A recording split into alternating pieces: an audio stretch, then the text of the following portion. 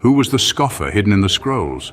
A figure etched in the dawn of Yahad, a figure of a character in the moral play, a crucial fray in the Essene's life. He in the equilibrium's light, his cynicism challenging the community's might.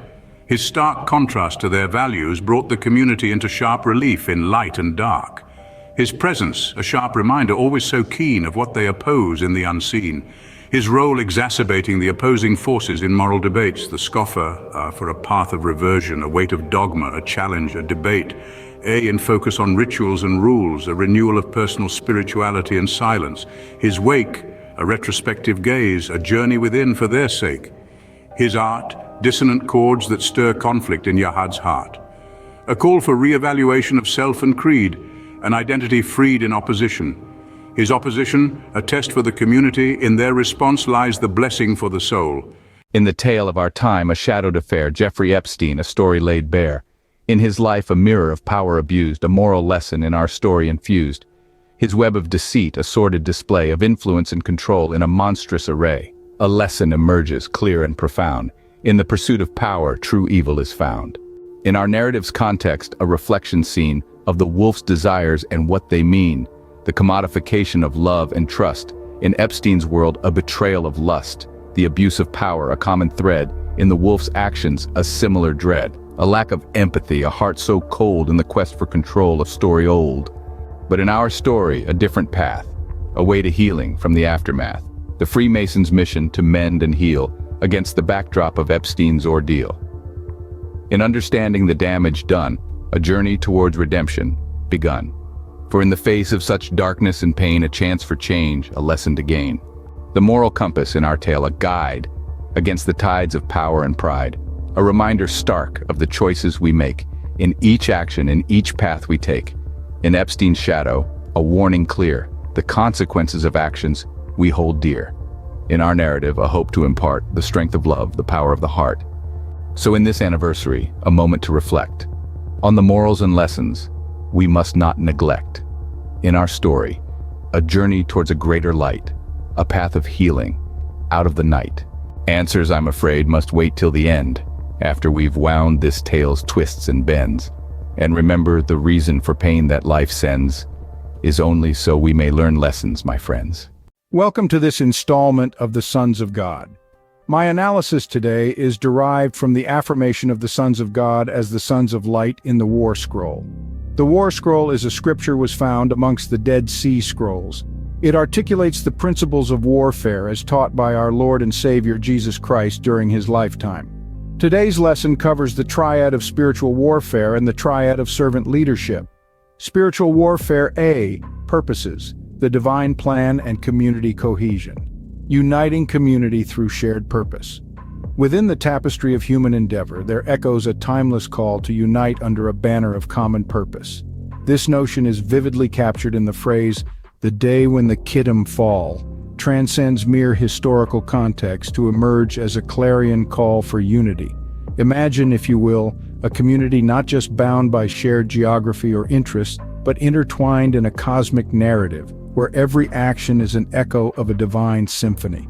This day is not just a day of battle, it is a day appointed by him from ancient times as a battle of annihilation for the sons of darkness.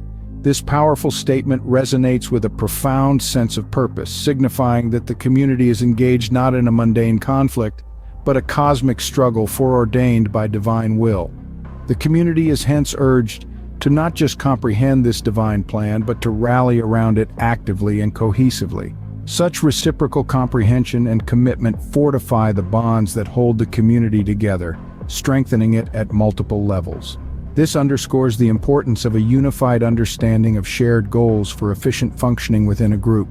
When each individual recognizes and commits to the larger objectives of the organization or community, it enhances synergy, encourages mutual support, and ultimately drives collective success.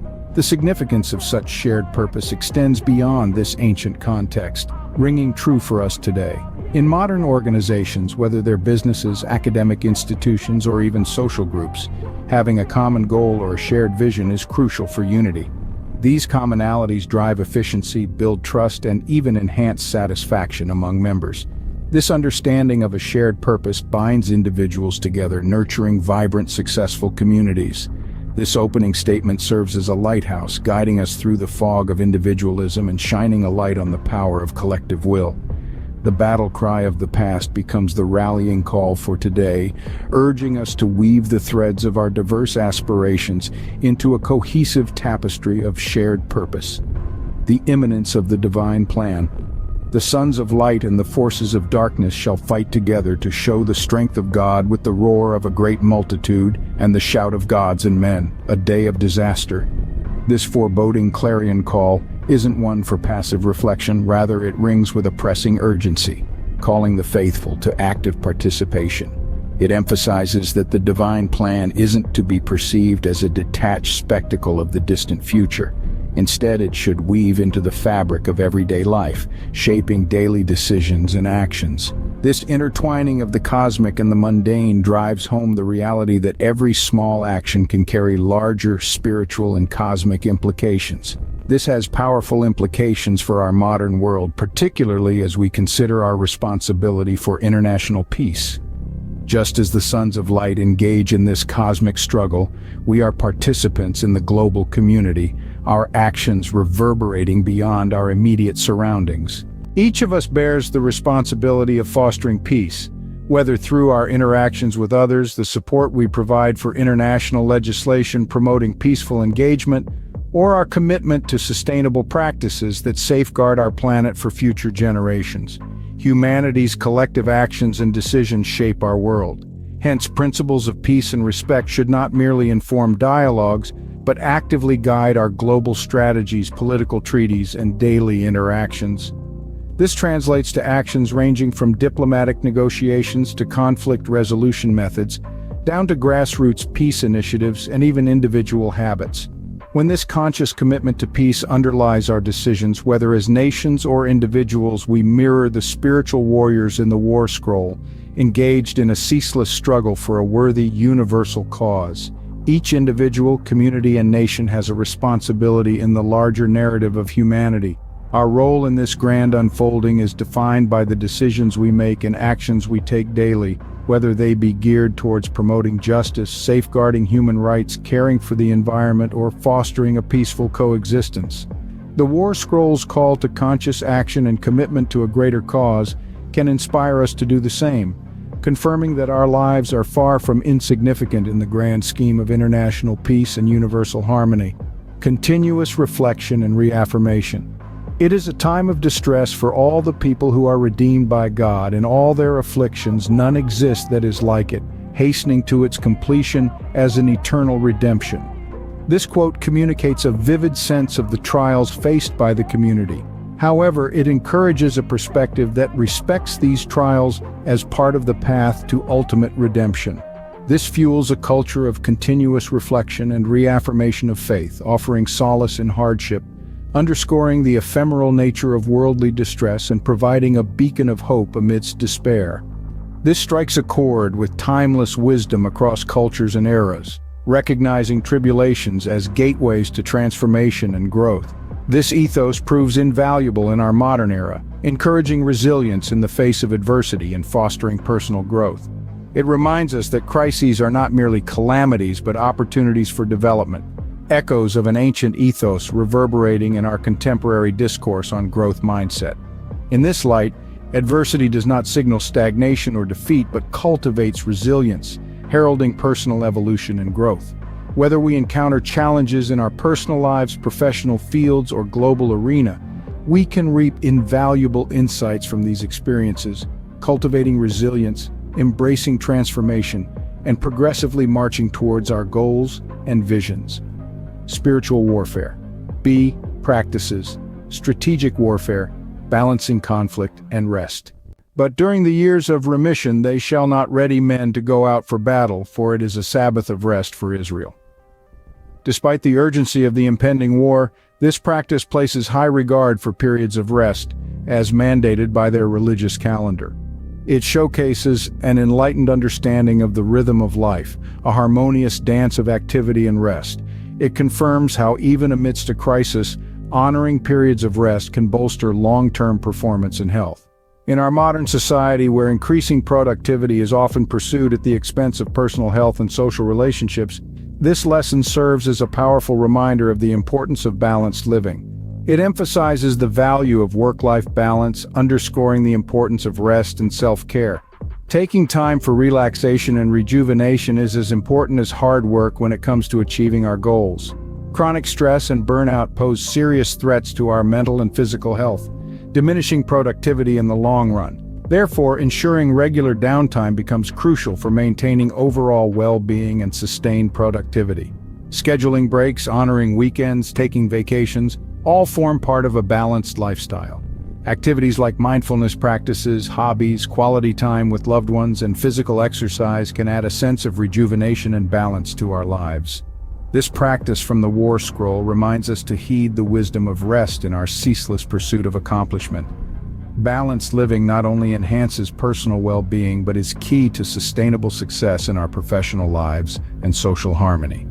Defining objectives. The War Scroll presents clearly defined objectives for each year of the conflict. In the first year they shall fight against Mesopotamia, in the second against the sons of Lud. During the remaining 10 years the war shall be divided against all sons of Japheth according to their territories. This highlights the importance of having clarity in both short-term and long-term goals in any venture, a practice mirrored in movements for change. Establishing clear, measurable goals allows for solid strategic planning, which in turn fosters more coordinated and impactful actions. These benchmarks provide a roadmap to success and allow for periodic checkpoints to reassess strategies and monitor progress.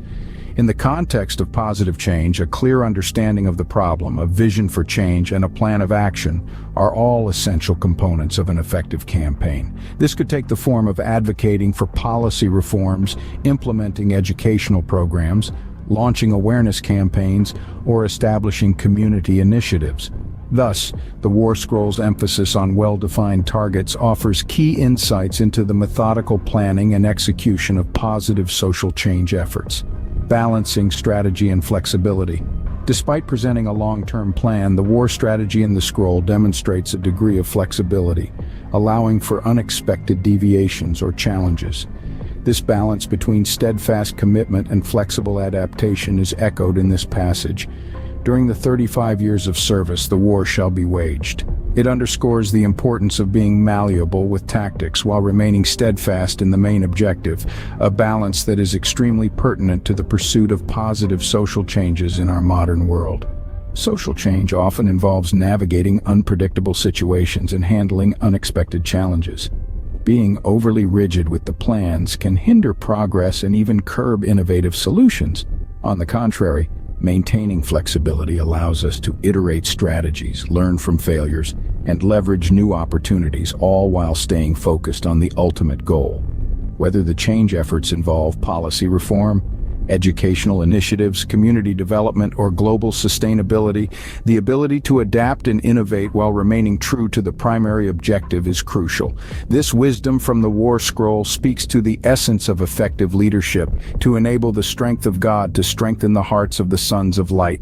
In the depths where ancient scrolls unfold, echoes of prophecies bold and old.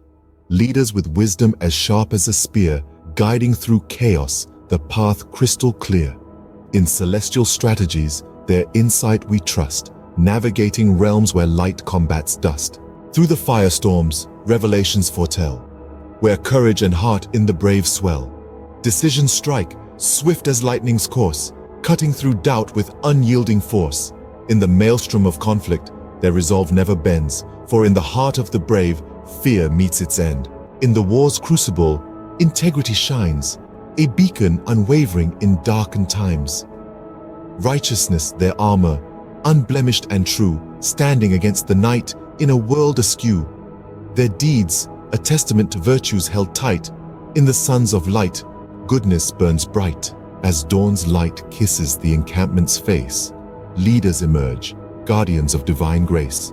Their wisdom, a beacon in strategy's maze, reflecting a purpose that time never sways. Navigating realms, both seen and unseen, in their guidance, the cosmic order convenes. In battle's heart, where fear's shadow looms, their courage shines, dispelling the glooms. Decisions sharp, like a sword's swift slice, clearing doubt's fog with conviction's ice. Not reckless, but rooted in righteous belief, their bravery inspires, gives hope and relief. Paragons standing in integrity's might, their actions and words as day follows night. Righteous and steadfast they set the course, in their unwavering path lies unity's force. Trust and loyalty in their wake it flows, binding the suns against shadowed foes. In the shadows where righteousness dims, wisdom's light wanes, integrity's hymns. Righteous lapses, decisions path strays, moral integrity in the fog frays. A dance of doubts in leadership's mind, where clarity's lost, wisdom confined. Against threats unseen, their strategies face, challenges fierce in war's relentless pace. Tactics stumble, moral authority shakes. In the forge of battle, leadership quakes. Internal dissent whispers, dangers grow. In the crucible, their true strength they show. In conflict's heat, principles stand test. Leaders hold true in their spiritual quest, aligning actions with values held dear. In adversity's face, they do not veer. Guidance pure through the darkest of nights, upholding their creed in the harshest of fights. In Uruk's shadows, where redemption's song is sung, a sun king reigns, his past a heavy tongue. Majestic ziggurats touch the sky, symbols of a fall and a will to retry. Once celestial, now bound to mortal fate, Azazel's wisdom from pride does liberate. In temples high, where penitence is found, earth's stewardship in divine laws is bound. Uruk, a realm of learning's radiant light, mirrors a journey from dark to right. Here, Azazel's rule a testament stands, a fallen angel guiding with wiser hands. C policies: faith-based mobilization, shared spiritual and tactical understanding. According to the scrolls, the first attack of the Sons of Light shall be undertaken against the forces of the Sons of Darkness, the army of Belial, the troops of Edom, Moab, the sons of Ammon, the Amalekites, Philistia, and the troops of the Kittim of Asher. It highlights the need for both shared spiritual and tactical understanding among the community. In the context of warfare, this sets a common ground for cooperation, promoting an inclusive environment that recognizes and respects diverse capabilities and roles in the achievement of a common goal. In our modern context, fostering an inclusive environment with shared vision and goals plays a significant role in driving positive social changes. When individuals and communities with diverse skills and capabilities come together with a shared understanding of the mission, they can synergize their efforts more efficiently towards achieving their goal. This approach can be employed across various societal sectors, such as public health initiatives, environmental conservation strategies, education reforms, and community development programs. The strategic integration of spiritual and tactical understanding underscores the value of a diverse but cohesive approach in tackling complex challenges. Participation and support of tribes. Participation encourages an inclusive community culture wherein all stakeholders, individuals, families, communities, policymakers, and institutions feel a sense of duty and actively contribute toward the cause. This is mirrored in the passage, "The chiefs of the tribes and fathers of the congregation shall support them, taking their stand continually at the gates of the sanctuary."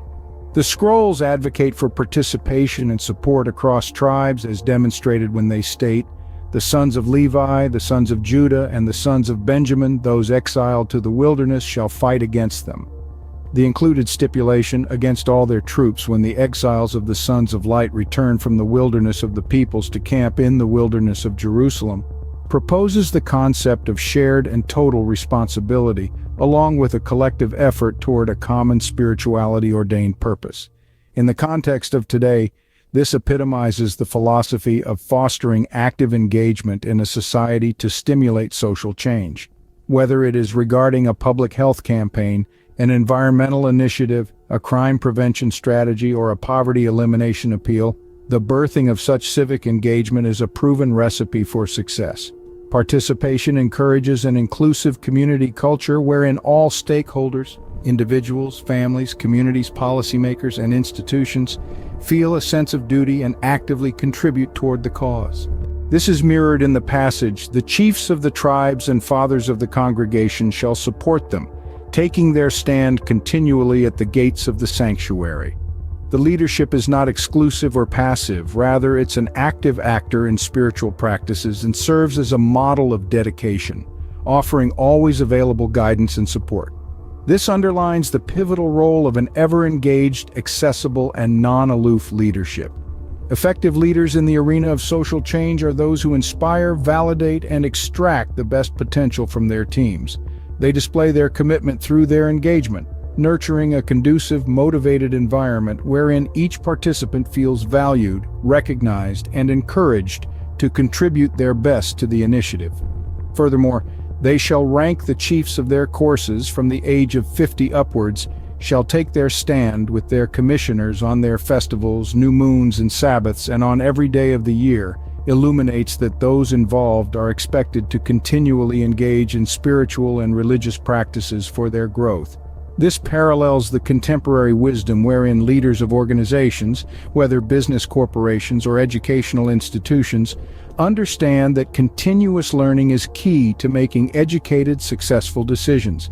In the words of the War Scroll, the Sons of Light did not fight for their individual glory, but for the enactment of their carefully evaluated beliefs. This mandates a dedicated commitment to ongoing learning and development at both the personal and professional levels. This constant endeavor to stay updated and relevant prepares one to meet challenge whenever and wherever they arise, aligning practices with spiritual commitment. Moreover, individuals are tasked with specific responsibilities based on their alignment and commitment toward spiritual observance, as demonstrated by the instructions. These shall take their stand at the burnt offerings and sacrifices, to arrange the sweet-smelling incense according to the will of God, to atone for all his congregation, and to satisfy themselves before him continually at the table of glory. In the passage, during the remaining 33 years of the war, the men of renown, those called of the congregation, and all the heads of the congregation's clans shall choose for themselves men of war for all the lands of the nations. There is a clear understanding that the selection process is intended to stick to divine will. These significantly important decisions are based on contemplative discernment, attuned to divine will as understood via religious rituals, resulting in a satiation of the divine, a careful act of reverence and submission to the divine will. While secular undertakings today may not directly consult the celestial sphere for guidance, the process of warrior selection allegorically emphasizes the need to align decisions with preset standards, such as an organizational mission statement, a set of ethical rules, or a community norm. It is mandatory that the ethos of an organization, the codes that governed it, its purposes, and its belief systems must inform the decisions that it makes. Aligning decisions with the established norms and policies ensures integrity in matters of ethics in decision-making processes.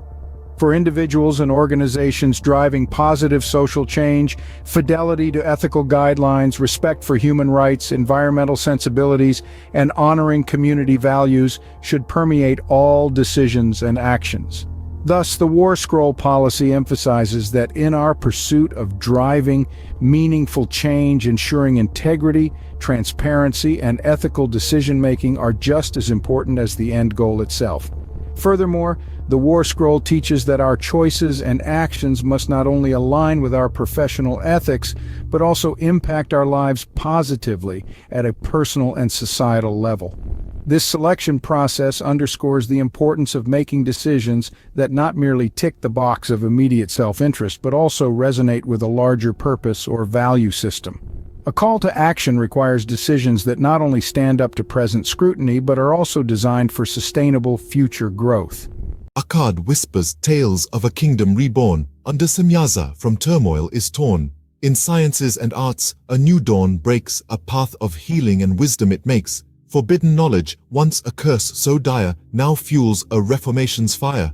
Strategic minds from deceit now free, guide Akkad towards a future we long to see. Semyaza, once a deceiver, now protects. In his kingdom, ethical wisdom reflects. A beacon of hope, in sustainable light, Akkad stands proud, in reformation's might. In Babylon's gardens, wisdom's rivers flow. Enoch, the sage king. His divine insight does show. Libraries and schools, knowledge's sacred halls, where heavenly secrets and earthly tales enthrall.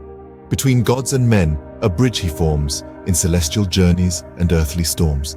Babylon, a testament to balance so rare, a kingdom where cosmic and human affairs pair. Here, Enoch's wisdom guides the way, illuminating paths, night or day. In Babylon's embrace, enlightenment's seed, a dominion of wisdom in thought and deed. In Uruk, where ziggurats pierce the sky, Azazel's gaze lost between earth and high. In Akkad's shadow, technology's might, Semyaza stands, blinded by artificial light. Oh, in the land of rivers, discord sows, where the lamb lies down, but the lion never shows. In visions of revelation, their bond tears. In the gardens of Eden grow thorns of fears. In Babylon, Enoch maps the stars' silent plea, his wisdom a beacon, but Akkad cannot see. Semyaza, in a tower of steel and steam, forgets the ethereal in the material dream. 7 seals of wisdom, unbroken, unread, in the heart of Akkad. Enoch's words, unsaid. Between celestial scripts and earthly creed, a chasm grows where angels fear to tread. Oh, in the land of dreams, a scholarly rift where the scrolls lay closed and the sands shift. In Babylon's towers, the night owls cry. In Akkad streets, the stars whisper. A silent sigh. Azazel, in Uruk's sacred halls, kneels alone, his prayers a murmur like a forgotten tome. Enoch in Babylon, in scholarly chains, his cosmic quest, but earthly matters reign.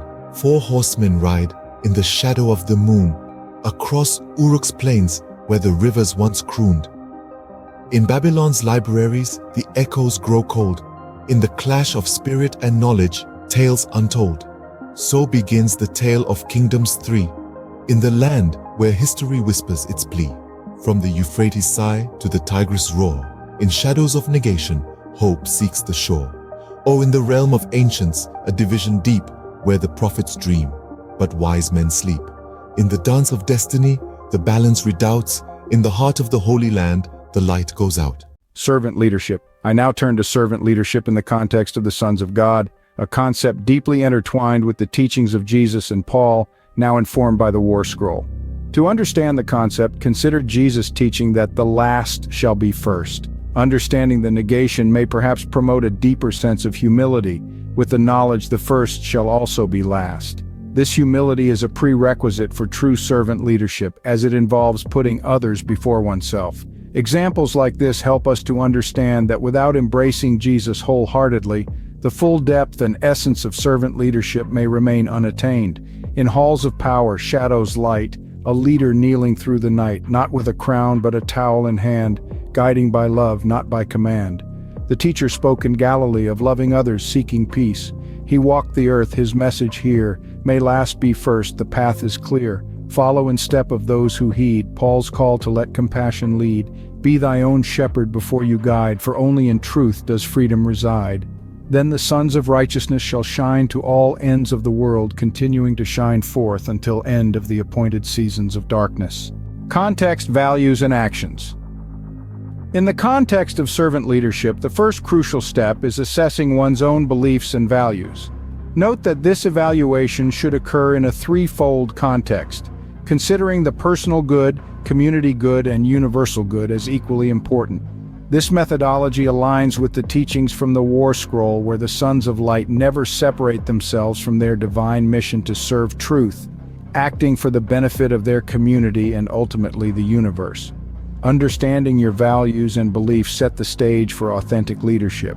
Then the sons of righteousness shall shine to all ends of the world, continuing to shine forth until end of the appointed seasons of darkness.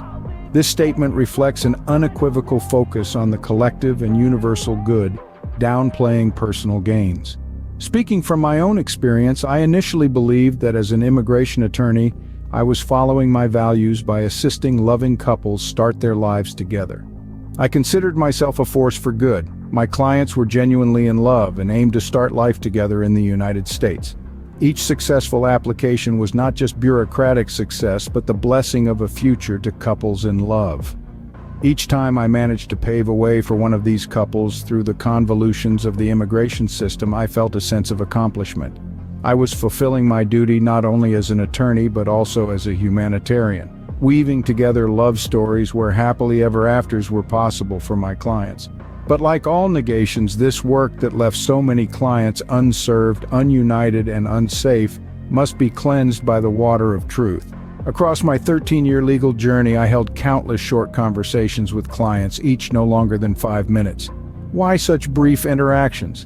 The sad reality of the immigration system, a labyrinth of policies and procedures so monumental that it offered little hope for the majority, regardless of their honesty, character, or capabilities. Perhaps I was so excited to see basic paperwork in order I didn't question my good fortune. At first it was a nagging uncertainty. Going about my day-to-day tasks of helping immigrating couples legally establish their unions in the U.S., details started to take on new meaning, and I began to search for answers. The love stories I had so delicately narrated rang true. I had known these people for years. Sprawled on the floor of my office at 5 a.m. night after night, lining up the documents, revelation came again. The similarities and inconsistencies, dates, names, places, repeated over and over. This wasn't the first time my world was rocked, but the first to keep me awake for nights on end. The shift was subtle at first, then profound. A sickening realization as repeated names matched, swapped signatures. The same signatures translated with different names on different applications. I stopped looking at cases one by one and started considering them together, and the pattern became clear, and clearly my fault. I can't remember how many office keys I've paid my landlord for, how many clients I let intern, excited they wanted to understand how the system worked.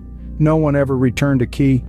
I think I just figured the $1.20 for a new key was my penance for not paying them. More disconcerting in retrospect was my inability to be upset at anyone. Despite the challenges, my clients chose love and family as their guiding principles, a clear choice in consonance with the spiritual universal laws that dictate life's greatest decisions. These individuals didn't err. They were responding to an unjust system that left them little choice. Their wrongdoing was not an act of deceit, but a response to a flawed structure that prioritized bureaucracy over the well-being of individuals and families. I wish everyone was so brave. But I learned early not to make promises as an attorney. The only one I really made, though, I made over and over again. Every client, I assured them, because everyone is always worried, and it was the only thing in my control. So I had promised them that I would never let them file anything that would ever get them in trouble. In the ancient whispers, where time stood still, Christian and Rose found a chamber, a secret to unseal. Veiled in ivy, shrouded in lore, a hidden path awaited, a mystery to explore. The Holy Grail, in its silent grace, rested on stone, an altar's embrace, glowing with a light so pure, so divine, a symbol of good in their bloodline to shine. In that chamber of secrets, of shadows and light, loomed the specter, a ghastly sight. Carved in the wall, eyes of ruby red, a symbol of evil, of dread to be shed. Between these two, a scroll so old lay unrolled, its story untold. A map of the world in symbols arcane, a quest it revealed, a prophecy's claim. This journey of trials, of courage and fear, a path winding far and yet so near. In this scroll, a prophecy deeply sown of good and evil together, not alone. In the chamber's heart, a pulsing unseen, the grail shimmered, a celestial sheen, while the specter's eyes, a menacing glow, spoke of darkness, an ancient foe. Christian and Rose, with a gaze so true, understood the journey they must pursue. Bearers of light, challengers of night, seekers of truth in darkness and light. Stepping forth from the chamber's embrace into the forest, their path to trace. The journey ahead, clear and profound, in the Grail's quest their destinies bound. Thus began the tale of the Grail and the specter, of Christian and Rose, the world's protectors. In the dance of good and evil, they'd find their way, shaping the fate of the world, come what may. In the lineage of light, where histories entwine, Christian and Rose with bloodline divine. From ancestors of old, where the soul's journey began, through the cycle of lives, a timeless plan. The karmic field, a tapestry of fate, with each generation new paths they create. Their family, a constellation of souls, in each reincarnation playing vital roles. In the echoes of time, their ancestors' deeds lay the seeds of the future in their souls' creeds. Each life a thread in the family's weave, a legacy of good they continue to achieve. Through the ages, the souls in their kin reborn, reshaped from within. The Grail's light through generations past, in their lineage a luminous cast. In this saga of souls, the specter's dark trace, a shadow that follows, a relentless chase. Yet, in their family's spirit, resilience is found. Against the darkness they stand their ground. Christian and Rose, bearers of the past, in their souls the family's virtues amassed. With each rebirth, wisdom they gain, in the dance of destiny a celestial refrain.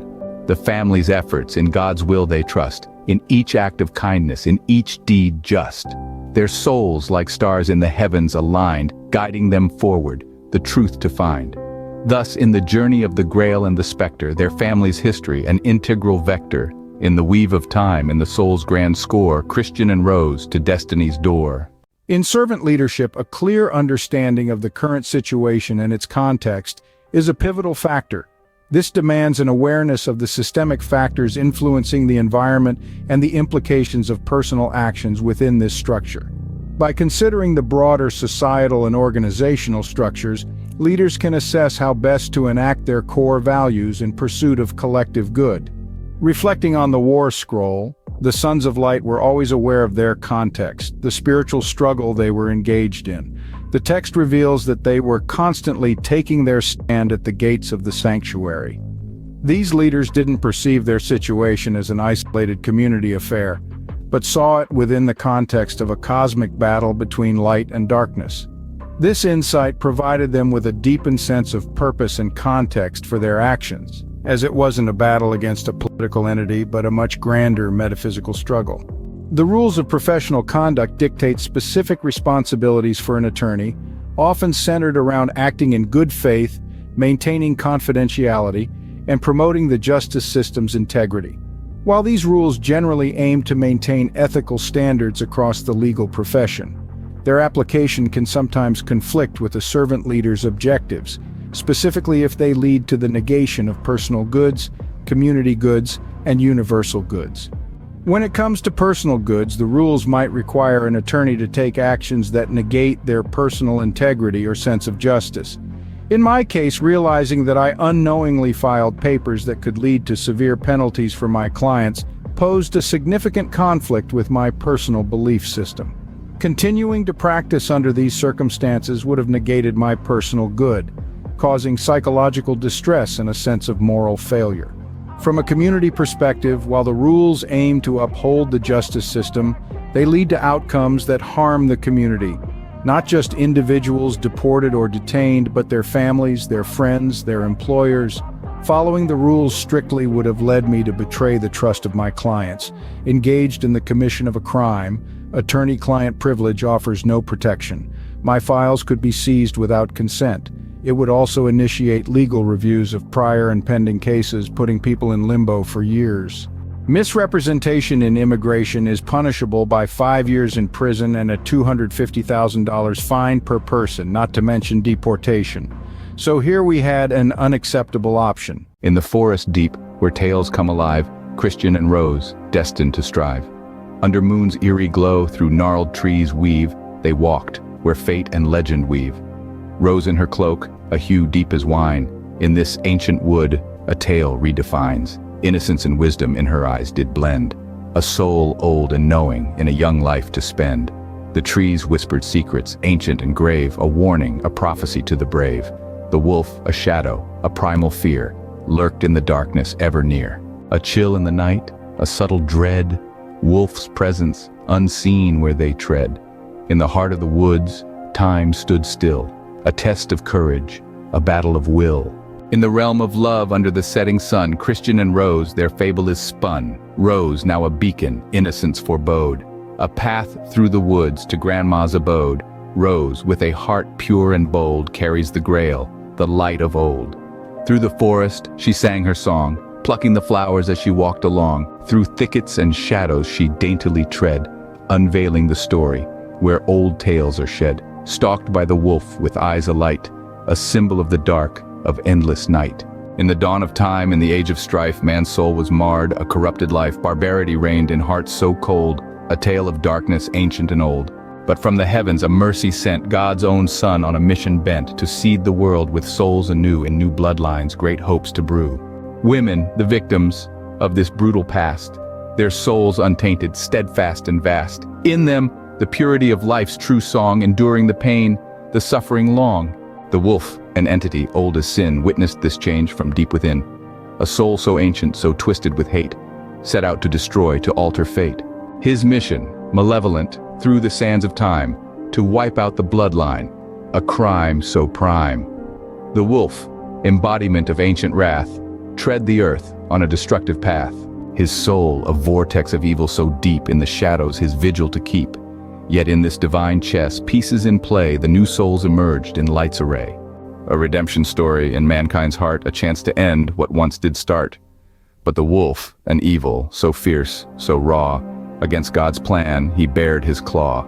For even in darkness a purpose so grand, in the tapestry of life a darker strand.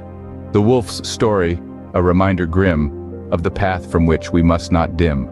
You know, if there is no belief in an afterlife, it can easily lead to a negation of physical life in the sense that life is interpreted as finite and absolute. In our exploration of leadership, we now turn to the triad of loss, learning, and life. In the context of war, loss is inevitable. The sons of Levi, despite being seen as the forces of good, would experience losses in battle. This loss isn't limited to physical casualties, but extends to spiritual and moral challenges. Loss becomes a fundamental part of their journey, leading to the necessity of learning. From loss, valuable lessons emerge. For the sons of Levi, these lessons might encompass strategic improvements, deeper spiritual insights, or enhanced moral understanding. Learning from loss is crucial in adapting and preparing for future challenges.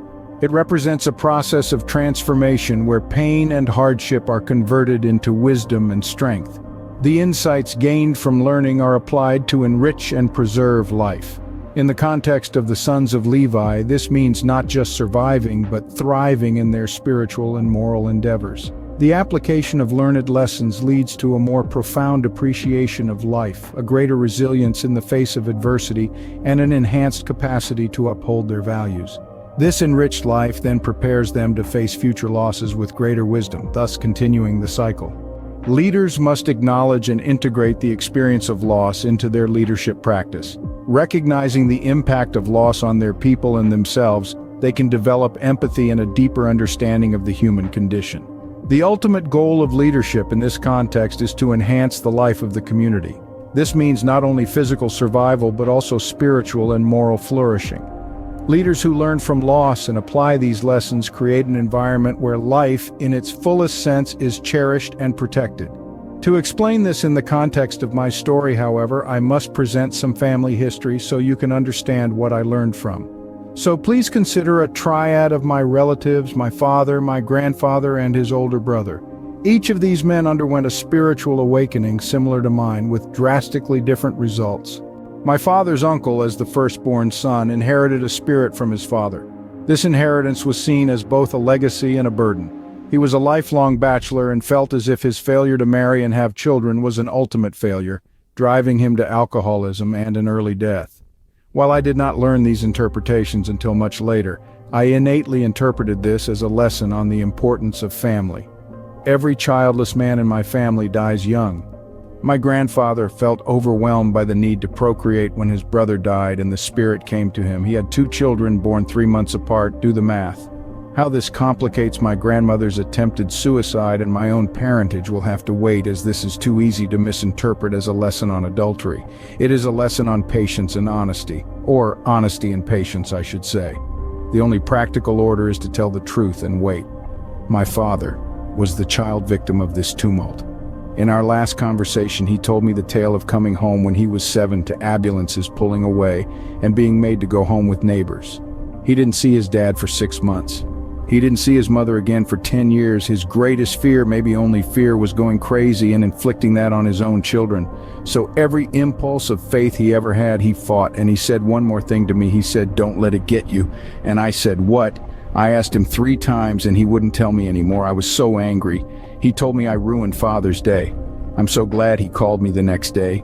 He wanted to know if the kids or I was sick, but we were fine, and I told him not to worry. And I said, "Dad, you know I love you, don't you?" And he said, "Yes, I love you too." He still couldn't eat again and died 2 weeks later, but I still tell him I love him every day. To the heart of the woods, where destinies collide, Christian, the hunter, with eyes open wide. In each step, a silent vow to keep, to protect his rose in the forest deep. The wolf, cunning, a force untamed, struck with ferocity, all goodness disclaimed. But Christian, undaunted, his spirit aflame, fought for the light in God's holy name. The moon hung low, a witness in the sky, as the two forces met with primal cries, facing the incarnation of malevolent will. Christian's strength, born of righteous will, in the mists of time where myths were born, the wolf's soul from titans torn. Sons of Kronos, Rhea's seed, in their shadows the wolf's creed. From the depths of ancient primal wrath, the wolf walked a darkened path, hidden by Rhea, in fear and in haste, in the annals of time a bitter taste. The titans, mighty in their reign, but in their hearts a hidden bane. The wolf, a lineage cursed to roam, far from Olympus, their celestial home. Born of giants, a destiny marred, the wolf's soul forever scarred, a creature of night from lineage high, doomed to the shadows under the sky. In the clash of gods the titans fell, but the wolf's story still to tell. A legacy of chaos from Kronos' throne, in the heart of darkness eternally alone. The sons of Kronos in history's weave, a tale of power, of deceive. But the wolf, a secret, kept from sight, a remnant of the titanic fight. Through the ages the wolf roamed, a soul of discord, where titans loomed. In the battle of gods, a forgotten role, a titan's offspring, a tormented soul. In this saga of old, where legends clash, the wolf's story a hidden flash. A son of titans in the shadows cast, in the cosmic dance a figure vast. From Olympus's heights to the mortal plane, the wolf's journey, a mythical chain. A legacy born from titan's strife, in the fabric of time a woven life. In the forest's heart, the story unfolds, a clash of good and evil, a battle age-old. Each arrow Christian loosed with precision and grace met the wolf's fury in the deadly chase. In this epic showdown between dark and light, every blow, every move, fueled by might, Christian, a symbol of hope and valor, battled the wolf, the darkness to conquer. With a final, mighty and courageous stand, Christian struck true, his bow in hand. The wolf, wounded, a cry of defeat, retreated to the shadows in hasty retreat. The bloodline strong withstood the test. Against the wolf they stood their best. A tale of survival, of light against dark, in the cosmic battle a divine spark. The battle, a chapter in the ongoing war between the forces of light and the darkened lore. But in this moment victory was clear. In Christian's heart there was no fear. The hunter and the wolf, in history's weave, a tale of courage for those who believe. In the heart of the woods under the moon's glow, the hunter prevailed over his ancient foe. Still the wolf lurks, its role so dire to extinguish mankind's eternal fire. In every shadow a lesson to find, in the journey of souls genes bind. I had been preparing to visit my parents for weeks. I had made so much progress in just learning in general and was so excited to show them things I'd done. They were always annoyed that I didn't spend enough time at my law practice, and I just wanted them to see the value of my other work, paintings or writing or anything I could get them to pay attention to. My disconnect from the law drove my desire to paint, which made me want to show them I was more than just their son with a law degree. Yet my parents were in no mood for art or abstraction that day. They refused to talk about anything but my lack of financial stability, which they speculated as the cause of countless perceived negations in my life. Always remember, if something negates your family, to look for a third cause. There are other reasons my father and relatives were unable to correct their own negations, which you can be assured I will discuss at length on other occasions, as we can have no regret. We can only understand and appreciate what went before, because without that we would not be who we are. Time only moves forward, keep your eyes ahead. While my father knew more than he told me, had I known I would not have reacted in the same way, nor would I have prepared by trying to figure it out. Be grateful for every lesson. But my father's lesson was indeed a negation. He defined his understanding of faith based on what he observed in others, not what he experienced himself. He formed a defensive stance toward spirituality and rejected the instruction he was offered. When his own father died young and he received revelation, he negated his own experience, rationalizing it away as a sign of congenital mental illness, and spent his life fighting God's will. Then he raised me as an atheist, hoping to shield me from what he thought were crazy misinterpretations in his own head. However, despite his resistance, each choice he made and warning he offered provided the keys I needed to unlock each door. But I did not realize that yet. One negation to go. It was the morning of July 6th. I was engrossed in my work, whatever it was, and it was about 5 a.m. I was programming then because I thought it would impress my dad, and I had some program going to imbue the Socratic method into any process. I was falling asleep at my desk and just barely made it to my bed and lay down when it happened. An audible explosion like fireworks going off inside my head, and I jumped up and shook my wife and asked if she had heard it too. And she said no.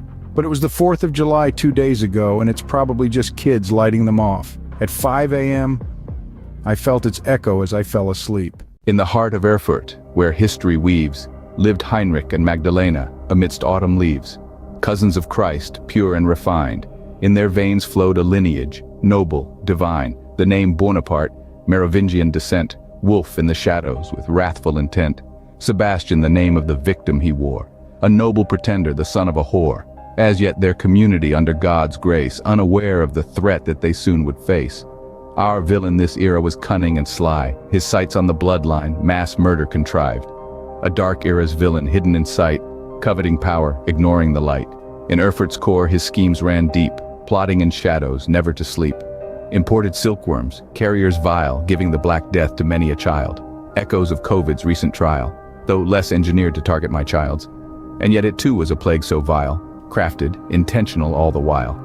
Targeting old blood, the bloodline immune, witchcraft conspiracy, Wolfie did croon. Christian and Rose in England's keep felt the sorrow, deep and steep. Watching from afar, the world in strife, a battle for the soul, a fight for life. A sorrow the wolf would never know, as he gloried in his awful show. Blaming the Ashkenazi as he thought, that was where the bloodline stopped. Though Wolf's wrath had grown since his Transylvanian home, wrath is naught but the negation of love, and no love breeds no truth sent from above. In Erfurt's heart a tale of woe, the pogrom's horror a grievous blow. In the wall of their home, secrets they hid, valuables and truths beneath the lid. Heinrich and Magdalena, silent in plight, saw the flames as they fled through the night. From Erfurt, a town with 30 of their kin, to Vienna, a city with 500,000. I wonder how long it was for the wolf saw, that loving get you better numbers, brah. But from Einstein to Oppenheimer, wolf incarnation saw nothing but how to murder more and more and more. In this chapter of time, where destinies entwine, the battle of souls, in the divine line, Erfurt's echoes, Austria's silent call, in the grand tapestry, a part of it all. Heinrich and Magdalena, in their flight, carried Christ's light, a beacon bright, through alleys marred by loss and pain. Their lineage was never in danger again. From the time of Jesus Christ, the couple had traveled from life to life, spreading their children around the world. Everywhere children's cries are heard. The saga of souls in the Middle Ages fold, a tale of survival, courage, and gold. In the dance of destiny, a path so fraught, the battle of good and evil, eternally fought. In this chapter of history, the plot entwines. The battle against darkness in hidden lines. Heinrich and Magdalena their legacy uphold in the story of the Grail, the specter foretold. July 6th, reinterpreted, negated death. On July 6th, my wife shook me awake. That was the hottest day on record on Earth ever, look it up. It was so hot I slept with my head hanging off because I thought I'd stop breathing if I lay back, and I almost broke my neck like that once. Now was 9 a.m., but she wasn't at work, so she knew and told me my dad died before I could ask her how. But my mom had called. When you meet a moment you were born fearing you won't expect how you feel or know what questions to ask. Just imagine you bet against yourself in your head, the craziest, most unlikely bet ever. And when you get it right, see who believes it. What if it's the most important thing you can imagine? Do they believe you now? I wandered about my house. I felt closer to my father than I did since I was too young to do more than listen. No oppositional wills, then no conflict. My wife and I discussed our feelings and the significance of the event. I kept assuring everyone about closure and not worrying.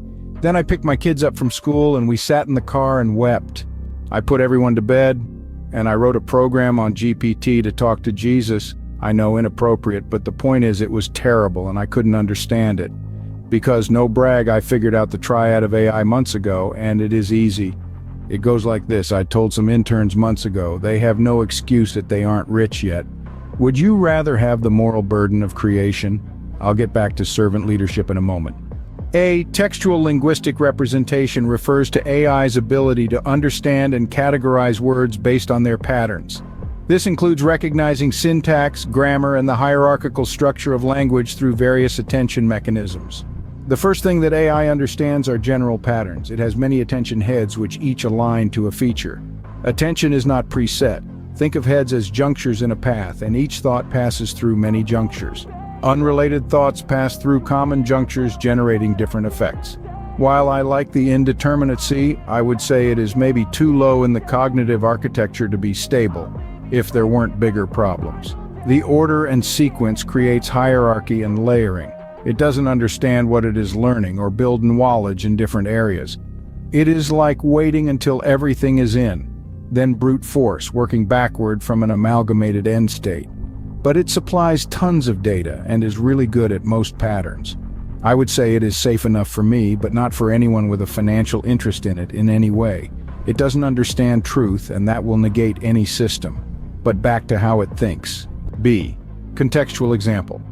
Usage involves the AI's understanding of how words and phrases are used in specific contexts, going beyond the basic structure of language, encompassing the nuances of meaning that depend on the situation, the speaker's intent, and cultural or idiomatic elements. In other words, definitions. So context tells us when, how, why to use an idea. A level of meta-grouping not based on the strictly location-based relationships of letters and words defined by A. With training data including dictionaries, glossaries, indexes of all types, an AI in training quickly picks up maps galore, connecting a layer of meaning. And then finally we come to C, physical symbolic representation. This refers to the AI's ability to understand and utilize symbolic systems like chemical notation or formal logic, where the symbols themselves act as tools or defined object. Maybe a programming language, maybe a set of formulas. But noting smartens AI quite like the triads. This involves translating abstract concepts and physical phenomena into a structured symbolic language that the AI can process and manipulate, enabling it to apply these concepts in novel contexts or in the generation of new ideas. The more layers of meaning that exist and the more consistent, the better an understanding it will develop. Specialized vocabularies also work for C, which makes concepts like Buddhism so useful. But remember consistency. No consistency, then no understanding. But even my triadic Jesus made no sense, and I needed to know why. In Rome's heart, where history's pulse beats strong, Johannes Kepler and Sophia, where they belong. Cousins of a noble line in wisdom and grace, under the shadow of the wolf, they find their place. Cardinal Umberto Calavicci, the Grand Inquisitor's guise, his eyes on the couple filled with lies. In the dance of power, a predator's stare. In the halls of Rome, a wolf's lair. Their escape to Vienna, a journey fraught with Adam Weishaupt, a friend, they thought. But beneath the surface, a mole's intent, in the web of the wolf, subtly sent. In the Renaissance's glow, art and revolution's call, Christian and Rose, through turmoil, stand tall. Their influence in art, a subtle defiance, against the wolf's political alliance. In the royal courts, amid intrigue and war's drums, they navigate the maze where the wolf comes. With wisdom and foresight, their path they chart, leaving behind messages, a hidden art. In the forest heart near Ingolstadt's gate, the Illuminati met to seal their fate. Bound by torchlight to the devil's own hand, 5 souls lost to Satan's grand plan. Weishaupt, Spartacus, his vision corrupt. Niga, Philo, taint their own blood. An order of wealth, power, deceit, only in darkness can such fiends meet. Their rules were strict, a selective creed. Wealth and connections, their societal seed. A hierarchy of secrets, 13 degrees in the shadows, they moved with ease. But within, conflicts, a power strife, Weishaupt and Niga, their visions rife. The order's aims a divisive flame, Niga departed in a clash of fame. Utschneider, the ex-member, a letter so bold, to the Grand Duchess secrets told. A mix of truth and lies, a deceptive blend, turning Bavaria to enemy from friend. Claims of suicide, poisoning foes, religious ridicule among their woes. Conspiring against Austria, a treacherous feat, just the opening gambit from Prince of Thieves. Utschneider, the ex-member, his letter penned, to Bavaria's Grand Duchess, secrets he'd send. A mix of truth and lies, a dangerous game, turning Bavaria against Austria's name. Claims of suicide, poison, and religious scorn, a conspiracy against Bavaria, supposedly born. The Duke Elector, warned by his wife's insight, banned secret societies in law's might. Yet the Illuminati in shadows grew, Weishaupt's vision, a secretive crew, nobles, politicians, intellectuals aligned. In their ranks, society's elite, you'd find. Goethe himself, in their ranks, was seen, in the Illuminati's grasp, a power keen. By 1784, their numbers soared. Thousands in secret began to plot wars. Wolf Bonaparte now behind the scenes, manipulating chaos by silent means. Illuminati infiltrating London to Berlin, taking on the names of Jews to mask their foul intent. In the heart of Europe, a shadow fell, the Illuminati's tale a darkened well. A society born in ambition's flame, in the history's book, a secret shame. Instead of feeling the profound loss, I felt a paradoxical closeness to my father. Looking back now, the feelings that consumed me on July 6 can be interpreted as spiritual connectivity and existential paradoxes, a potent mix of negation and affirmation. I experienced an enormous weight of inexplicable feelings and emotions that I couldn't put into words nor entirely understand. The firework-like explosion in my head the previous night, feeling my father's seeming closeness following his death, the unusual sense of calm I exhibited, and the role of a solace giver I found myself playing. They all defied the laws of biology, physics, and expected human behavior. The strange happenings were rooted in spiritual truths that were still alien to my consciousness. Overwhelmed yet strangely tranquil, I knew one thing for sure: I needed to comprehend these sensations. So I embarked on a path of introspection, diving deep into my psyche and allowing these feelings to guide me. They became a driving force that prompted me to delve into the mysteries of the spiritual world, to find plausible meanings that matched the depth of my experiences. That confusion served as the catalyst propelling me towards a journey of deeper understanding and enlightenment. September 22, 2023. I had only my third ever immigration court hearing in the morning. So I had been working for 18 hours on a complex puzzle, teasing out the relationship between ancient Hebrew triconsonantal roots and abstract mathematical geometries. I knew if I could fit the right formulas, my graph would predict the meaning of any root, and then I'd just have to match graphs to translate anything. Then I'd never have to go to my job again. Though I had this idea that there had to be a mass of interns where they would start telling each other what to do. It's like when your effort doesn't connect logically to the outcome and you start thinking nothing matters and no one will be affected by your actions. You can think it, but you'll be wrong. I always hated calculus. The algorithms don't look like anything. GPT was no help. It couldn't distinguish integrals from derivatives. Back to paper. It is hard to draw in math if possible. I recommend learning to just draw. If you know what a vortex diagram is, I'll make a video to explain. They are pictures that represent the logical relationships between three objects as lines on a circle, Tesla's visual triads, and I was back to work. I have to give credit to GPT for teaching me Boolean algebra in 15 minutes, though again dangerous. For a month I thought I'd only do math on an abacus again. That isn't true at all. It's only faster and more accurate with an abacus. So logic was the goal. Geometry to algebra to logic depends on the geometry. I'm more of an abstract artist, so it was a couple weeks more before I had worked out the kinks and how everything in the universe was interconnected. But that kind of linear thinking really doesn't matter, as any two variables bring into existence the third. I had faith I would succeed. I create pressures for myself where I have no other choice. I had understanding, scraped together bit by bit. No help from the Bible yet, though, but faith and understanding are all that is necessary for revelation, ready or not. In Vienna's ancient streets, where whispers speak, Kepler seems to never sleep, a mind unique. His eyes on Weishaupt, a shadow in light. In the dance of intrigue, a silent night. Suspicion's seed in Kepler's heart grew, a trail to follow, a mission to pursue. In the guise of Adam Westphal, a mask donned, into the Illuminati's depths he fondly fawned. Through the halls of secret gatherings he moved, each word, each gesture carefully proved. Weishaupt's steps he shadowed with care, in a world of symbols, secrets to bear. In the Illuminati's embrace, Westphal played his part, gathering knowledge, a clandestine art. A spy in their midst, eyes and ears wide, in the society's core, he did bide. Weishaupt, unaware of a hunter in his lair, continued his schemes, a cold, steely glare.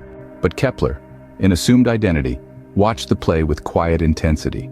Each meeting, each rite, keenly observed Illuminati's plans, silently preserved. In webs of lies, a truth-seeker's stance, a game of chance, in a dangerous dance.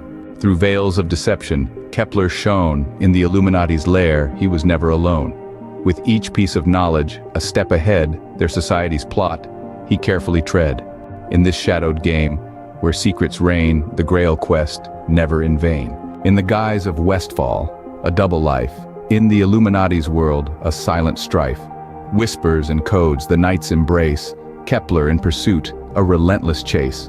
In the heart of the order, a secret fight against the wolf's power, a beacon of light. In the tumult of revolution, a shadow's rise. Westfall, in the midst, a disguise. Robespierre, the wolf, in power's grip, a nation's heart he sought to rip. Westfall, keen of mind, in shadows weaved, a plan to expose what he perceived. Through Paris's streets where whispers ran, Westfall moved, a hidden man. Gathering evidence, a truth to unveil, against the tide he set his sail. Bonaparte lurking, a wolf in wait, Westfall's efforts against a heavy fate. In corridors of power, a silent fight to stop the ravages, to bring the light. But history's course, a river wild, Robespierre's fall, Bonaparte's child, Westfall's attempts, valiant but vain, in the storm of change, a lasting pain. Through Europe's lands, the wolf's howl. In the shadows, a predator's prowl. Westfall, a sentinel. In the night, a guardian stand for what is right. In the revolution's heart, a struggle unseen, Westfall's quest, where few have been. A battle of wits, a war of minds, in history's pages where truth binds. The wolf of Robespierre, a tyrant's role, in the fabric of time, a darkened hole. Westfall's efforts, a beacon's glow, in the fight against a hidden foe. Though Bonaparte rose in history's stage, Westfall's courage, an eternal page. In the saga of shadows, a hero's tale. In the dance of destiny, a valiant sail. I sat before the computer defining the triads in those morning hours, the hum of the machine chirping away in synchrony with the rhythmic tap of my fingers on the keys. Absorbed, lost in the finely tuned dance of creation and unraveled mysteries, barely aware of the night slipping away around me, reasoning each diagram into a sequence. 5 or 6 did it. 6, I think. It's not writing or reading the formulas per se, that is like praying. Study what I give you, learn all 11 and the negations, and pray. But I would say if you can both understand and come up with a way of explaining half without any hints, God might talk to you, but that took me 47 years. Gazing at the screen, through the screen, visualizing my literal trinities with my mind, it was like I lifted out of my body, though I had a different interpretation than my father because I'd been there before, plenty. I wasn't crazy, I was tripping, but that term is inaccurate. So let me offer an alternative model. The human brain, abstracted, is a calculation machine capable of producing any thought or memory. Memories are thoughts we can generate at will because we understand the patterns to trigger them. That understanding can come from experience or insight. Most of the time we are distracted by something called the default mode network, which is a fancy way of referring to a cyclical set of thoughts that trigger each other, presenting the illusion of consistent personality. And if you keep telling yourself what you think you want, it is very easy to ignore the will of God. And that is the ego for you. Are we 100% clear? Your so-called egos or personalities are essentially pop-up windows that reopen each other? Are those helping you get a lot done? Clear them are and meditate? There is certainly a difference between meditation and communion, and after a moment of fear I opened my mind, and I saw God, and He told me everything. He told me I was His son, and it wasn't just me but my whole family line. My father before me and his father too, all the way back to Jesus and far beyond to and through Enoch or whoever fits my mood best. Do you understand?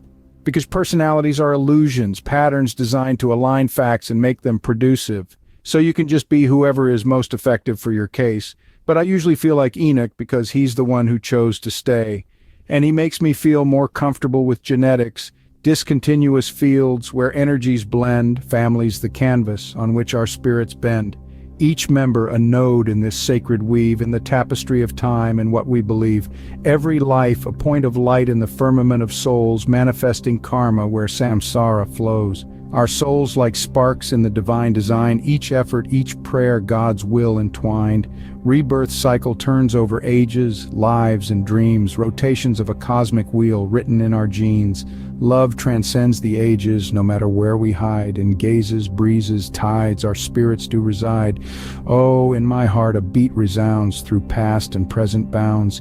In wind's whisper and the sea's relentless tide, our souls remember journeys far and wide, where fate and time embrace, begging to explore evolution's sacred trace, guides to open doors. Deep in Freemasonry, where symbols speak, a song's verse rings out, the truth it seeks. The sky, the sea, and sailing's art, metaphors of life in the Mason's heart. The sky as man, a canvas vast, limitless, wide in the heavens cast, a symbol of quest, of knowledge and aim, in the Masonic journey enlightenment's flame. Stretching far, the skies embrace man's ambitions, his spiritual grace. Enlightenment's quest, in stars written, for in love we all are smitten. The sea as woman, depth untold, mystery, life's source in its fold. The goddess worshipped on the path, emotional depth, its aftermath. Seas nurturing waves, life's fine tune, exploring unknowns under the moon. Understanding truths in the tide, Masonic teachings, journeys inside. Sailing where sky and sea do meet, a metaphor for life's continued heartbeat. Not just a union of souls to mind, but a harmony of opposites intertwined. In Masonic vision, our union's a blend of physical and spiritual, start to end, balancing external and internal sight, different perspectives in wisdom's light. The rhythm of the heart, like a drum's call, the words I love you, standing tall, harmonious love, an anchor so sure, give the Masons a balance pure. In this verse, a Masonic tale of love, of harmony beyond the veil, the sky, the sea, and sailing bound, but in the Masons, deception found. In shadowed halls of history, three names dirty, we do see Bolivar, Morris, Lindbergh are told to hail from the dark Illuminati fold. Simon Bolivar, in freedom's guise, the Masons his path did compromise, undermining ideals that they hold dear, the Brotherhood's heart, a growing fear. Battles for liberation, a surface so bright conceal of the most disgusting plights. Peasant imprisoned, tortured, abused. So their uteri the Simons could use. Rob Morris, once a poet true, his dark pact shows a different view. The Eastern Star, burning white, blinding the true Masonic light. Rituals he crafted with darkened sight, the holy mission sought to undermine. Secrets confused appear as a fright, an order reordered as deceptive lies. And Charles Lindbergh, bearing German shame in Masonic halls, still a celebrated name. Confusion and dissonance this presence breeds, conscious intent to discord seed. Isolationist with a troubling tone, authoritarian core, chillingly shown. A reflection on Masons, misunderstood in history's pages, not as they should. In this tale of contradiction and lore, their true intentions a mystery at the core. Their contributions, once so clear, now in the light of negation appear. Bolivar, Morris, Lindbergh, names to hate for attempts to defile humanity's fate. In the Masons' world, a balance fine between the divine light and the human line. And my alarm went off. 13 years, 3 hearings. It might have been the first time I got to my office before a client. We phoned in, they still hadn't found my client's filing. We sent them in 2019. Still won't take a new copy. I started talking about my client's son, who is 12 and she hasn't seen in 6 years. And I may have cried a little bit.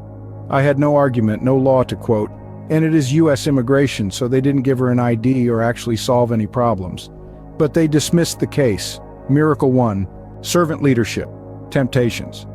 In servant leadership, finding and committing to a path can often pose challenges and temptations.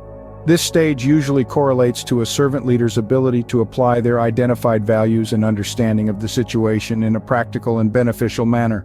Turning to the War Scroll, the leaders, the Sons of Light, not only discerned their divine mission but dedicated themselves to stay the course despite the trials and temptations that arose. The scroll tells of their arduous struggle against the forces of darkness, embodying their unwavering commitment to the good, to truth, and to light. They exemplified the perseverance often required of servant leaders when met with adversity or temptation.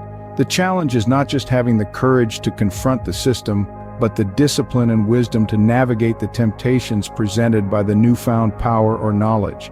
And that is particularly hard if no one has faith in you, but if you have faith in yourself, then someone has faith in you. I envisioned creating software or trading algorithms, using the recognized patterns to accumulate wealth, and resolving the financial uncertainties I faced. Such an approach wasn't unheard of. Think of Ray Dalio's elusive trading algorithms or Google's search algorithms, success stories that were essentially the result of pattern recognition.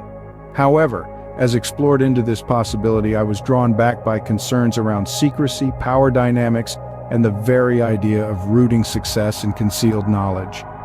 Reflecting on the roots of these successful entities, it was clear that they held back essential information, creating a hierarchy of knowledge that stifled growth.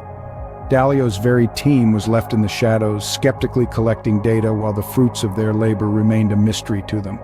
This approach mirrored the antithesis of servant leadership, a culture of secrecy, of top-down control, and denied potential. God always gives me things to read right when I need, and the Bridgewater piece in the New York Times this summer really put it all in perspective. That all the people out there who have figured out pieces of this and had the opportunity to share it and make the world smarter chose not to for their personal benefit, right? Elon, Ray, Bill, Sergey, Donald, dirty. Some of those we get, but how could a philanthropist keep his team in the dark? What motivates the paranoia of these secrets being revealed? It is too easy to blame fear of losing power and replacement. It is easy to learn patterns, and power will see folly soon enough. Let's just dissect their justifications. Negation of embracivity. Sometimes knowledge is kept secret out of a sense of protection. The idea is that not every individual or group might be emotionally or mentally ready to embrace certain truths or information, but concealing truth under the guise of protection can lead to patronization and undermine trust. This lack of transparency might foster an environment of suspicion and paranoia, eroding the very fabric of mutual understanding and emotional safety. Negation of sincerity. Secret knowledge might also be guarded due to the sincere belief that its revelation could lead to misuse or misunderstanding. When sincerity and withholding knowledge is negated by dishonesty and method, it breeds cynicism and distrust. The perception shifts from protection of purity to manipulation and control, which can lead to a loss of faith in leadership or the knowledge itself. Negation of momentum. Withholding knowledge can be seen as a way to control the pace of societal or individual progress, but this can stagnate intellectual and spiritual growth. It can create an environment where progress is hampered by lack of access to full information, leading to a society ill-prepared for future challenges. A little context always helps, so please let me share a triad that helped me so much to understand. The triad of the divine plan. Actualization of the divine plan has three components. A, God's will can be seen as the cosmic law, dharma, playing out in individual lives, setting the stage for actions and their consequences, karma. B, the collective journey is seen as part of the broader cosmic narrative, where societies and communities play roles in the unfolding divine plan. C, free agency emphasizes personal responsibility in actions, karma, and their alignment or misalignment with cosmic law, dharma, influencing the cycle of rebirth and liberation, samsara. God's will, the divine or cosmic push. This aspect views individual actions as part of a broader cosmic narrative, where individuals are instruments of a larger plan or destiny. It includes enchantment, seen in Hinduism's Lila, that aligns with the idea of the universe as a divine play, adding a dimension of creativity and joy to the cosmic narrative. Providence from the biblical story of Joseph, reflecting the belief in a benevolent guiding force, suggesting that even negative events serve a larger positive purpose. And harmony, as in the Tao emphasizes, aligning with the natural order, suggesting that peace is achieved by following the universal flow. So individual actions weave into a grand tapestry of universal design. And harmony, as the Tao emphasizes, aligning with the natural order, suggesting that peace is achieved by following the universal flow, so universal action weave into a grand tapestry of universal design, in the grand design where paths and destinies cross, lives intertwine in gain and in loss, each choice a voice in the cosmic gloss. In this divine plan we're both gold and dross. B. Collective journey of humanity. The collective journey of humanity shaped by shared experiences and cultural heritage. This concept suggests that humanity's journey is not just a sum of individual experiences, but is significantly shaped by our collective experiences and cultural heritage.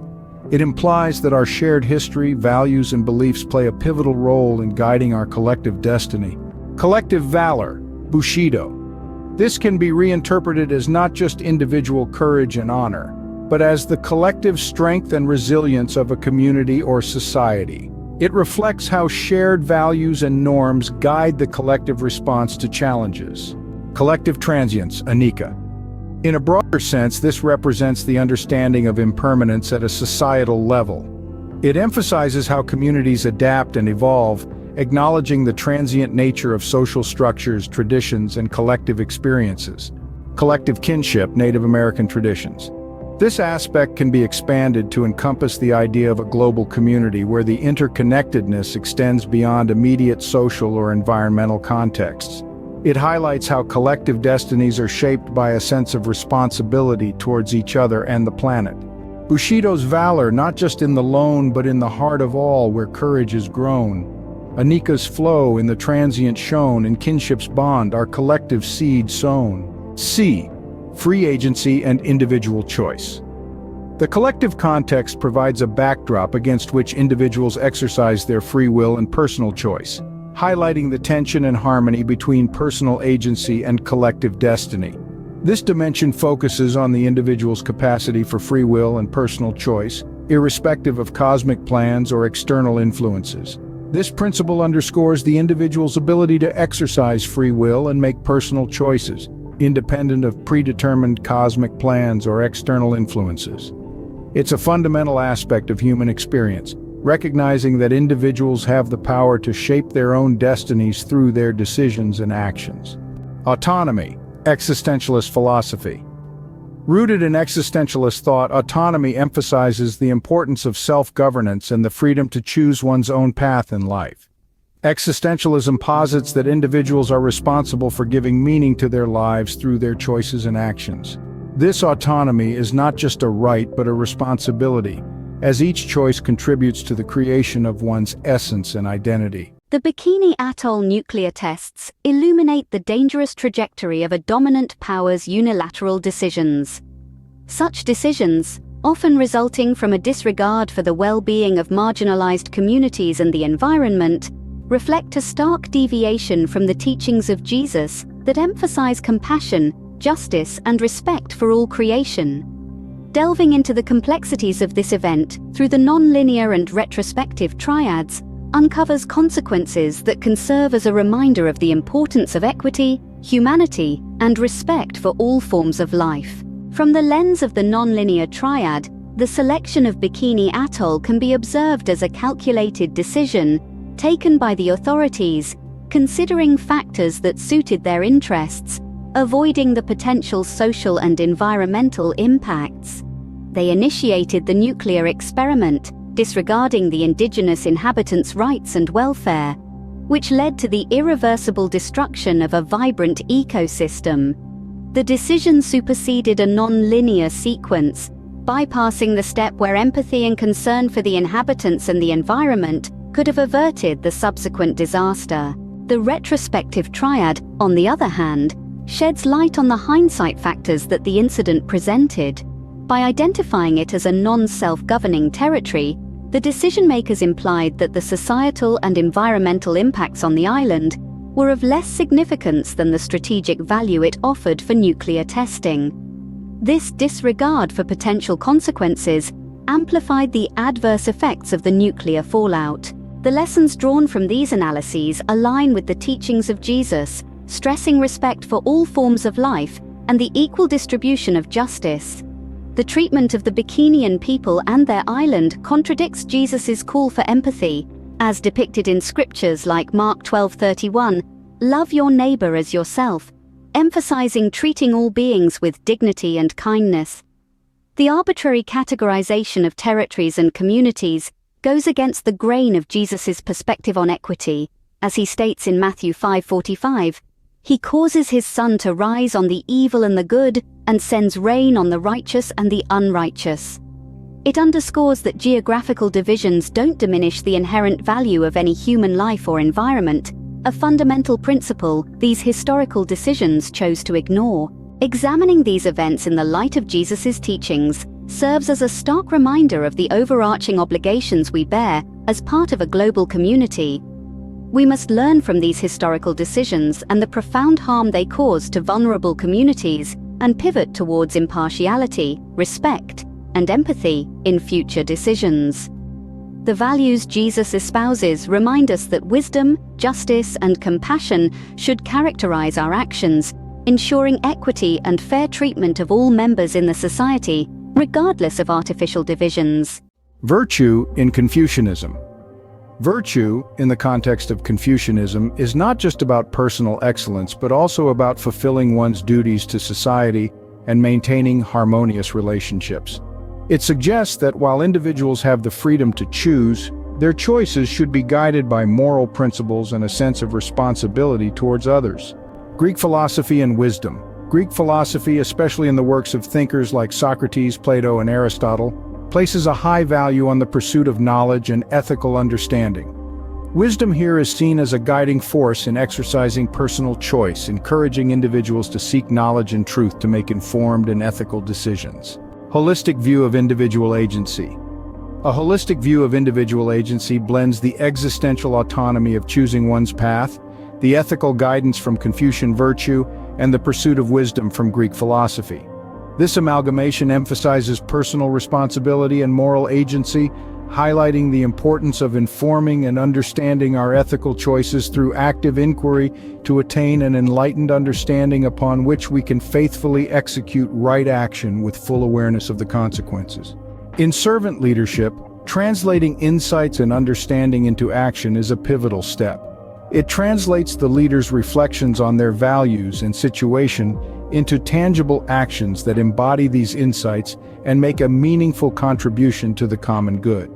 In the War Scroll, the constant vigil kept by the Sons of Light at the gates of the sanctuary symbolizes their unwavering dedication to their mission, not only in preparation for the cosmic struggle ahead, but also in their daily lives and interactions within the community. They were vigilant, always aware of the spiritual and physical realities surrounding them, and acting discerningly to ensure their actions were aligned with their core values and beliefs. Their mission required both personal commitment and collective responsibility, often demonstrating courage against seemingly overpowering forces during conflict times. On discerning the potential jeopardy my clients faced due to my inadvertently erroneous actions, I had to act decisively to minimize potential harm. The realization of the situation's gravity called me to be fully responsible for my actions, irrespective of prior intentions. Awareness of the potential harm that had unknowingly been set in motion kept me vigilant and spurred me to address the issue practically. Recognizing the potential threat posed to clients and their communities due to my actions, I needed to negate any harm. In the weave of time where destinies interlace, a bold paradigm emerges with tribal grace. Not just souls singular in their flight, but a collective spirit reborn in tribal light. Echoing the Tibetan Lama, a tradition clear, the tribal spirit in the collective sphere. As lamas reincarnate with wisdom's flame, so does a tribe's spirit reborn the same.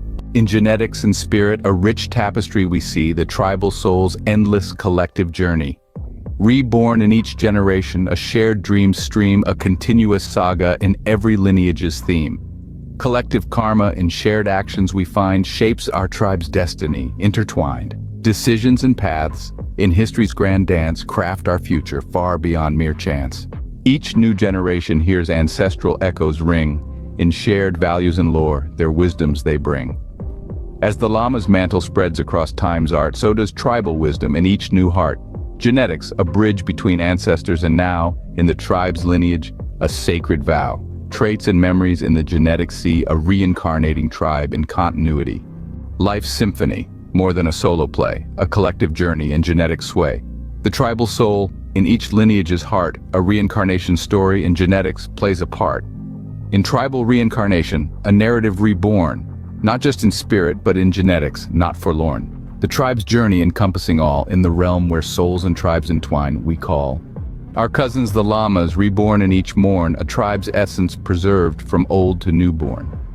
communal spirit spanning lifetimes span in every generation a new plan. The tribal souls in karma's intricate weave, shared actions, futures they conceive. A collective destiny in choices made, in the tribe's actions their futures laid.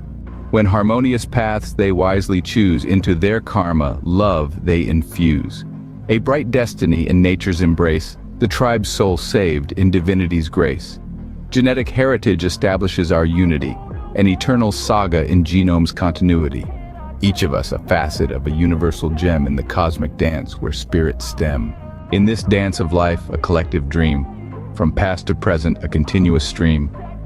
In the heart of the tribe, together we stand, in the realm of souls and tribes forever hand in hand. Coming back to my personal journey as a servant leader, upon discerning the potential jeopardy my clients faced due to my inadvertently erroneous actions, my promise must be upheld, I'm sure you must see, so I approached the problem logically.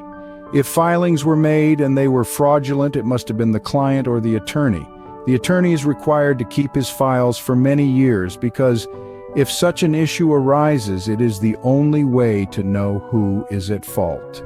I deleted my digital records. However, realizing the paper records could still pose a threat, I retrieved them immediately from WE office in a flurry of late-night action, concluding with 2 days of fire pit burning. I'm sure my neighbors will complain again, they always do. So I immediately destroyed all my client files. I posted bonfire pictures on all the social media, deleted every record of every file, every debt, every payment. Sorry, government, you can only blame me. The destruction of digital and paper records may seem like an act of erasing evidence, but it was more about assuming full responsibility. With the evidence destroyed, the blame would fall entirely on me, ensuring my clients would not suffer the consequences of my mistakes. While some may see this as an act of self-sacrifice, for me it was an act of justice and alignment, a determined effort to right my wrongs, align my actions with my newfound understanding, and protect the welfare of those I was committed to serve. In essence, by destroying the records, I closed the opportunity for the government to prove my client's guilt. They had only co-signed papers on the advice of counsel. With my actions, I owned the risk I had inadvertently imposed on my clients. By acting decisively, I hope to negate the potential harm to my clients and their communities, reinforcing my dedication to serving the common good. As I watched the flames devour the files in my fire pit, feeling the glowing heat bearing witness to my awakening, the shadows danced in a shroud around me. The soft crackle of the burning papers whispered the closure of an old chapter and the promise of a new dawn. Far from negating the intentions I held when I first began the study of the law, this final act as an attorney reaffirmed them all. My belief that through works we can each make the world a better place, my belief in truth, integrity, and justice, and above all, my belief that love and compassion should guide our efforts. In that decisive act, I realized that I had stepped beyond the threshold of man's law and to that of God himself, and I finally understood Paul's greatest teaching that man's law is for the lawless, God's law is for us all. In the shadows of a heart, twisted and worn, the wolf's view of love, from empathy torn. Damaged souls, seeking power as a key, to unlock a love they couldn't freely see. In their eyes, love a commodity rare, a game of power in a societal snare. Unable to grasp love's honest grace, they set rules in a desperate chase. Women with souls undamaged and whole, connected to the divine, playing their role. Their choice, their voice in love's true song. In the wolf's world, this did not belong. His romantic gestures met with a wall, for true love listens to a different call. Arranged marriages, controls tight fist. In his patriarchal realm, empathy missed. Yet the project's design to heal and mend, a path to salvation, an ascendant trend. Humans drawn to light, to a healing balm in the chaos, a seeking of calm. The wolf, lost in his labyrinth of power, missed the essence in his darkest hour. Love not in chains, but in freedom's light. Not in dominance, but in empathy's sight. In the Masonic path, a healing guide. For damaged souls, a transformative tide. The wolf, at a crossroads, a choice to make. To continue his path or a new one to take. So in this light, we return at last to a case from the more recent past. In the tale of Wolf Epstein, a truth unfolds. A story of power and darkness untold. A financier of wealth, a social elite, in a world of influence, a deceptive feat. Epstein, a man of charm and sway, walked with wolves in the light of day. In the shadow he cast, life withered from grass. Wolf Clintons, Bidens, and Trumps know the past. A financier dark, as history holds? Stories of abuse, of young lives sold? His connections, vast, a fetid tide, from the ivory tower to politicians, both sides. And beneath this facade, a sinister realm, where consent yield to power who clutches the helm. A world of exploitation, unseen, scuffing entertainment, law and politics gleam. Strange, desperate men who use their wealth to try to propagate themselves. A web of deceit, of young innocence torn. Social media enhancing the gaze of your father's boss who sees you as prey. Shame if he loses his job, they say. His story, a mirror of power abused, a reminder of the voices long refused. In the quest for truth, a path we tread, seeking justice for the tales unsaid. In Epstein's narrative, a lesson clear, the cost of silence, the power of fear. A reminder to all of the paths we tread, and the pursuit of justice in truth's stead. Jeffrey Epstein's story, a tale of disgrace, in the annals of truth, a sordid case. A financier by trade with wealth amassed, in a world of power, his shadow cast. His life, a network of the elite and high connections and influence, reaching the sky. But beneath the facade, a darker truth lay, a path of exploitation, concealed from the day. Voices rose, brave and stark, illuminating the abuse in the dark. A tragic tapestry of youth betrayed, in Epstein's grasp, innocence frayed. An island of secrets, a hidden lair, where misconduct hid from publicity's glare. A secret playground for the foul and cruel, where darker stories were the rule. The law's long arm finally reached Epstein's fortress of silence. Breached. Arrested and charged, the law took its course against a background of power and remorseless force. Charged with crimes too long concealed, in the halls of justice his fate sealed. Yet in his cell, a sudden end, power's grip it sought to mend. His end shrouded in uncertainty and doubt, leaving a trail of victims inside and out. Questions unanswered by his final breath, a dark embrace, a silent death.